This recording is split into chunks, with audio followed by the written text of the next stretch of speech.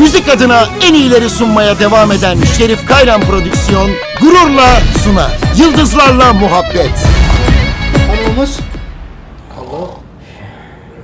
Ay, memur peşme verdi, gelemedik yan yana yolunda. Günaydın. Yine günaydın. ya yürüdüm yolunda ya kalbinde öyle değil. İnsanlar her şeyin hızlısını istiyor. İnternet hızlı olduğu için tüketim üzerine.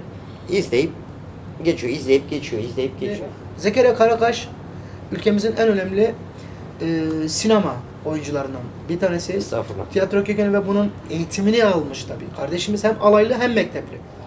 Aha. Ezoni böcektir.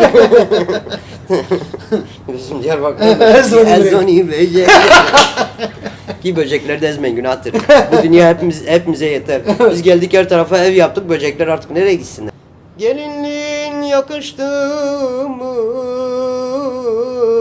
Kına yaktın mı eline?